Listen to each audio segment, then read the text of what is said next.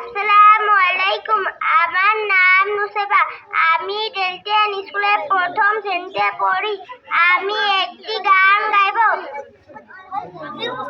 আমার দেশের কথা বল রে এবার বল, আমাকে তুই বাউল করে সঙ্গে নিয়ে চল। একতারা তুই দেশের কথা বল রে এবার বল, আমাকে তুই বাউল করে সঙ্গে নিয়ে চল।